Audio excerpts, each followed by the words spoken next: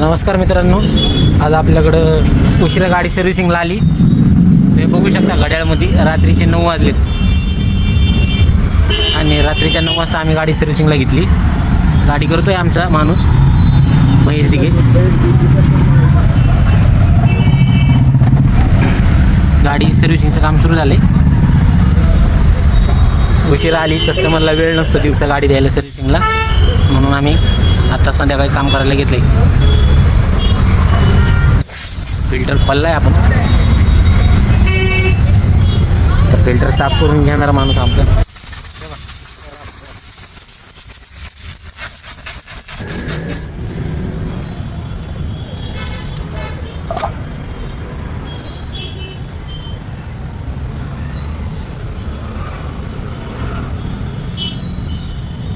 गाडीचा ऑइल खराब झाले.